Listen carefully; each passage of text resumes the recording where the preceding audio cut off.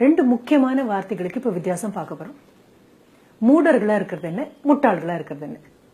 நம்ம ரெண்டையுமே பெரிய வித்தியாசம் இல்லாம தான் இது வரைக்கும் பயன்படுத்திட்டு வந்திருப்போம். அதுவும் குறிப்பா யாரையாவது குற்றப்படுத்தணும்னா இந்த ரெண்டு வார்த்தைகளையும் தாராளமாவே பயன்படுத்தியிருப்போம்.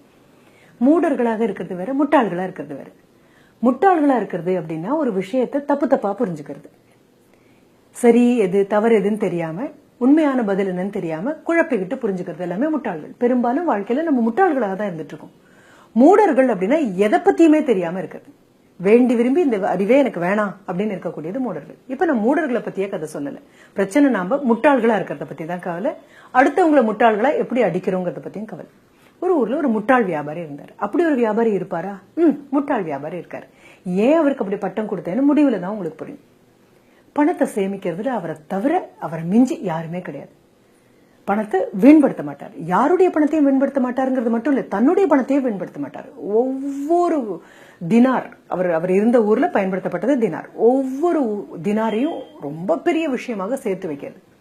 20 வயசுல தொடங்கின அவருடைய வியாபாரம் பல்கி பெருகி ஒரு 50-55 வயசு ஆகும் பொழுது பெரிய ஒரு 50 லட்சம் தினார்களுக்கு ஏகபோக உரிமையாளனாக அவர் மாறியாச்சு. ஒரு நிமிடம் அவர் வீண் பண்ணது கிடையாது, ஒரு நிமிடம் உட்கார்ந்தது கிடையாது, யாரோடையும் சிரிச்சது கிடையாது. உணவு உண்ணும் பொழுதும் தினார்கள் தான் மனதுல, உறங்கும் போதும் தினார்கள் தான் மனதுல, யாரோடு சந்தோஷமா பேசும்போதும் தினார்கள் தான் மனதுல. பணத்தை தவிர மனதுல வேற எந்த எண்ணமும் வராம எப்பொழுதுமே விரல்கள் எத்தனை நான் சேர்த்திருக்கேன் அப்படிங்கறத யோசிச்சு எண்ணிட்டே இருக்கக்கூடியது. யார் பெரிய பணக்காரர்கள்னாலே அவருக்கு அவர்கள் மேல ரொம்ப பெரிய மரியாதை. என்னத்தை தப்பா புரிஞ்சுக்கிட்டாரு அப்படின்னா, உழைப்பு அப்படிங்கிறது ஓய்வே இல்லாம ஓடிட்டு இருக்கிறதுக்கு பேர் உழைப்புன்னு தப்பா புரிஞ்சிட்டதுனால அவர் நான் முட்டாள் வியாபாரி அப்படின்னு சொல்றேன். இந்த முட்டாள்தனத்தோட வாழ்ந்துட்டே இருக்காரு. திடீர்னு ஒரு நாளைக்கு ஒரு கதவு தட்டுற சத்தம் கேக்குது. இப்படி எல்லாம் கதவு தட்டிட்டு தான் அந்த நபர் வருவாங்களான்னு தெரியாது, இவர் காதுல கேக்குது. இவர் இன்னும் எண்ணிட்டு இருக்காரு, எத்தனை தினார்கள், ஆஹா 50 லட்சம் ஆயிடுச்சு, இன்னும் ஒரு நாள் உழைச்சேன்னா இன்னும் அதிகமா போகும்னு நினைச்சிட்டு இருக்கும்போது கதவு தட்டுற சத்தம் கேக்குது. கதவு திறந்து அடுத்த நிமிஷம் உங்களை கூட்டிட்டு போக தான் வந்திருக்கேன் அப்படின்னு ஒரு மரண தேவதை வந்து நிக்குது. இப்படி எல்லாம் மரண தேவதை வந்து நின்னு சொல்லி கூட்டிட்டு போகுமா? அவருடைய அதிர்ஷ்டம் சொல்லி கூட்டிட்டு போறதுக்காக. உடனே அவருக்கு ஒரு பயம் வரல, அவருக்கு வந்தது மிகப்பெரிய வேதனை, சொல்ல முடியாத ஒரு வேதனை. மரணம் பக்கத்துல வந்து உன்னை கூட்டிட்டு போறேன் அப்படின்னா பெரும்பாலானவர்கள் அச்சப்படுவோம், பயப்பட்டு கைகால் நடுங்கும். ஆனா நம்மளுடைய இந்த முட்டாள் வியாபாரிக்கு அப்படி எதுவுமே சம்பவிக்கல. அவருக்கு மிகப்பெரிய வருத்தம் என்ன அப்படின்னா, இன்னும் ஒரு 50 லட்சத்தை சேர்த்து உட்கார்ந்து அனுபவிக்கணும்னு நான் நினைக்கிறேன், எதையுமே அனுபவிக்கிறதுக்குள்ள என்ன இழுத்துட்டு போறதுக்கு வந்துட்டியே, எனக்கு ஒரு 2 வருஷம் கூட கொடுக்க மாட்டியா, 2 வருஷம் கூட நான் இன்னும் சந்தோஷமா அப்படின்ன போது, இப்படி எல்லாம் உன் கண்ணு பார்க்க உள்ள வரட்டுமான்னு கேட்டு வந்ததே உனக்கு பெரிய ஆடம்பரம். இப்படி எல்லாம் நான் யார் கண்ணுக்கும் தெரியவே மாட்டேன், கிளம்பு, எனக்கு ஒரு 2 நாள் அவகாசம் கொடு. 2 வருஷம் 2 நாளா சுருங்கியாச்சு, 2 நாள்லாம் கொடுக்க முடியாது, எனக்கு வந்த நேரத்துக்கு நான் கூட்டிட்டு போயே ஆகணும்னு. எனக்கு ஒரு 2 மணி நேரமாவது கொடுக்க முடியுமா? கண்டிப்பா கிடையாது, நீ இன்னும் கெஞ்சினாலும் இன்னும் காலதாமதம் பண்ணாலும் உன்னை கூட்டிட்டு தான் போறேன். அப்ப எனக்கு ஒரு 2 நிமிட அவகாசம் கொடுக்க முடியுமா? என்ன பண்ண போற? இல்ல நான் ஒரு உண்மையை இப்பதான் புரிஞ்சுட்டேன், அதை அவசரமா எழுதி வச்சே ஆகணும். எழுதி வை, 2 நிமிடம் தான், 2வது நிமிடம் முடியும் பொழுது நீ எழுதி முடிச்சாலும் முடியாட்டாலும் உன்னை கூட்டிட்டு போயிட போறேன். சரி, அவசரமா அந்த முட்டாள் வியாபாரி எழுதி முடிக்கிறார். என்ன, ஓடி நான் உழைச்சதும், உருகி நான் சம்பாதிச்சதும், உட்காந்து விரல் தேய எண்ணினதும் பொருளா சேர்ந்ததே தவிர அதை திரும்பி ஒரு தடவை பார்க்க கூட எனக்கு ஒரு 2 மணி நேரம் அவகாசம் கூட என்னால நீட்டிக்க முடியல. மரண தேவதைக்கு என்னால லஞ்சம் கொடுக்க முடியல. வந்த நேரத்துல உன்னை கூட்டிட்டு போயிடுவேன் அப்படின்னு நிக்கிறாங்க. நான் கிளம்புறேன்னு முடிக்கிறதுக்குள்ள மரண தேவரை கிளப்பு அப்படின்னு கூட்டிட்டு போயிட்டாங்க. இது ஒரு கதையா பார்க்கும்போது யாருக்கோ சம்பவிக்கிற ஒரு விஷயம்னு நானும் நீங்களும் நினைக்கலாம். ஆனா யாருக்கும் சம்பவிக்க கூடிய விஷயம்னு பாத்தீங்கன்னா, சின்னதா மனதுல ஒரு தெளிவு பிறக்கும். எத்தனை ஓடி சம்பாதிச்சாலும் ஒன்னு நடுவுல புரிஞ்சுக்கோங்க, உழைப்பு அப்படிங்கிற உங்க கைவசம் உள்ள இந்த பிரம்மாண்டமான ஆயுதத்தினுடைய கைப்பிடியாக என்ன இருக்கணும் தெரியுமா? வெறும் உழைப்பே கைப்பிடியா மாறாது.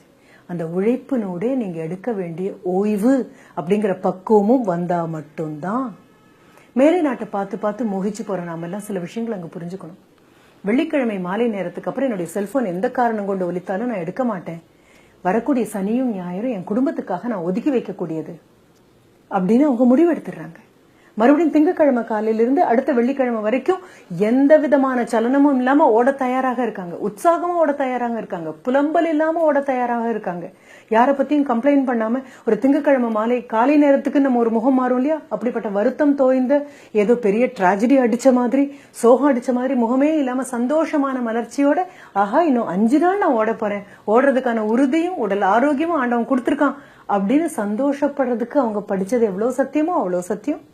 வெள்ளிக்கிழமை மாலைக்கு அப்புறம் கால் செருப்பை கழட்டி வெளியில விடுற மாதிரி என் பதவி, என்னுடைய படிப்பு, என்னுடைய அந்தஸ்து, என்னுடைய பணம் அத்தனையும் ஒதுக்கி வச்சு இந்த 5 நாள் ஓடினதை இந்த 2 நாள் நான் எடுக்கிற ஓய்வின் மூலமாகத்தான் மறுபடியும் திங்கக்கிழமை முகத்துல மலர்ச்சி வரும் அப்படின்னு புரிஞ்சுக்கிறாங்க. நாம அதை மட்டும்தான் புரிஞ்சுக்கிறது இல்லை. சனிக்கிழமையும் ஓடினா இன்னும் கொஞ்சம் வருமே, ஞாயிற்றுக்கிழமையும் ஓடினா இன்னும் கொஞ்சம் வருமே. ஆரம்ப காலத்துல 30 இது ஒரு விஷயமே இல்லப்பா. 7 நாள் பத்தாது நமக்கு. 7 நாள் வாரத்திற்கு 8 நாளா மாத்தினா கூட ஓட தயாரா இருக்கும். ஒரு மாசத்துக்கு 31 இல்லைங்க, 36 நாள்னாலும் ஓட தயாரா இருக்கும். ஏன்னா செலவழிக்கக்கூடிய நேரத்தை பூரா நம்ம எப்படி பாக்குறோம் தெரியுமா?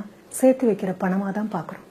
ஆனா இந்த பணத்தை சேர்த்து வச்சதுக்கு அப்புறம் உட்கார அவகாசம் கிடைக்காம எங்க கிளம்பு அப்படின்னு சொல்லிட்டா மனசு நிறைவோட கிளம்ப போறது இல்லை. கூட வரப்போறது நம்மளுடைய பந்தங்கள், கூட வரப்போறது உங்ககிட்ட நீங்க பேசுன இனிமையான வார்த்தைகள், கூட மனதுல நினைவாக நிற்கக்கூடியது. சாப்பிடும் பொழுது உங்களுக்கு எதிரில் உட்காந்துருக்க உங்க குழந்தை, அப்பா உங்களுக்கு இது வேணுமா அப்படின்னு கேட்கறது, இந்த இது ரொம்ப நல்லா இருக்கும் பாரு, உங்க அம்மா ரொம்ப நல்லா பண்ணுவா இது அப்படின்னு சொல்றது. அப்படியே தாண்டி போகக்கூடிய மனைவி கையை பிடிச்சு எழுத்து அமோகமா பண்ணிருக்கேன், நீயும் உட்காரேன் சாப்பிடு. சின்ன சின்ன பகிர்தல்கள் மட்டும்தான் கையும் காலும் மனசும் தோளும் வலுவிழந்து ஓஞ்சி உட்காரும் போது நினைவுகளுக்காக வந்து சேரும். பேங்க்ல பணம் சம்பாதிச்சு வச்சு சேர்க்கிறோம் இல்லையா, அப்பதானே எடுக்க முடியும். அதே மாதிரி அன்பையும் நினைவுகளையும் கூட ஏதாவது ஒரு அழகான பேங்க்ல போட்டு வைக்க பழகுங்க. இந்த அழகான பேங்க் எப்ப தெரியுமா ஒர்க் பண்ணும்? சாதாரண பேங்க் ஒர்க் பண்ற மாதிரி 10லேருந்து 5 வரைக்கும் எல்லாம் கிடையாது. உங்களுக்குன்னு ஓய்வு நேரம், அந்த ஓய்வு நேரத்துல விரல் கோத்துக்க ஒரு குடும்பம், சிந்திச்சு பார்க்க ஒரு உறவினர், சிரிச்சு பேச ஒரு போன் கால், அவ்வளவுதான். அடைச்சிருங்க கதவை. எதுக்கு? என்னுடைய பணி இந்த 2 நாளைக்கு கிடையாது. பேட்டரியை ரீசார்ஜ் பண்ணுங்க. மறக்காம மொபைலை ரீசார்ஜ் பண்றோம் இல்லையா, எப்பவுமே மொபைல்லயே இருக்கோம் இல்லையா, ஓடிட்டே இருக்கோமே, நாம இம்மொபைலா ஒரு 2 நாள் உட்காரலாம். அப்போ நான் சொன்ன இந்த முட்டாள் வியாபாரி கதை தெரியும். யாருக்கோ சம்பவிச்சது, அந்த ஆள் தானே முட்டாள் அப்படின்னு நினைக்காதீங்க. கதையை கேட்கும்போது நமக்குள்ள எத்தனை சதவீதம் இன்னும் முட்டாளா இருக்குன்னு பாருங்க. வீட்டுல யார் அந்த முட்டாள்தனத்துக்குள்ள வந்தாலும் நிறுத்துங்க. ஸ்பீட் பிரேக்கரா மாறுங்க. பெண்கள் தான் ஸ்பீட் பிரேக்கரா மாறணும். உட்கார்றோம், ஒன்னா சாப்பிடுறோம், ஒன்னா சிரிக்கிறோம், பகிர்ந்து நேரம் எடுத்துக்கிறோம். மறுபடியும் திங்கக்கிழமை காலையில ரைஸ் அண்ட் ஷைன் எழுந்திருச்சு 5 நாட்கள் ஆவேசமா ஓடுறோம். மீறி போனா 5.5 நாள், அதுக்கும் மேல எழுத்தா 5.25 நாள், அவ்வளவேதான். மற்றபடி குடும்பத்துக்கு ஒதுக்க வேண்டிய உங்களை நீங்க ஒதுக்கிக்கோங்க.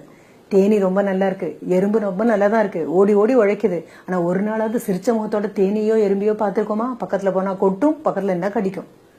ஓய்வு இல்லாம போனா நாமளும் அப்படிதான் ஆயிடுவோம். ஓய்வு எடுக்கிறதுங்கிறது ஒரு புத்திசாலித்தனம். புத்திசாலிகளை இருப்பீங்கன்னு நம்புறேன். இல்லைன்னா கேட்டதுக்கு அப்புறமாவது புத்திசாலிகளை மாறுவீங்கன்னு நம்புறேன். நம்பலாமா?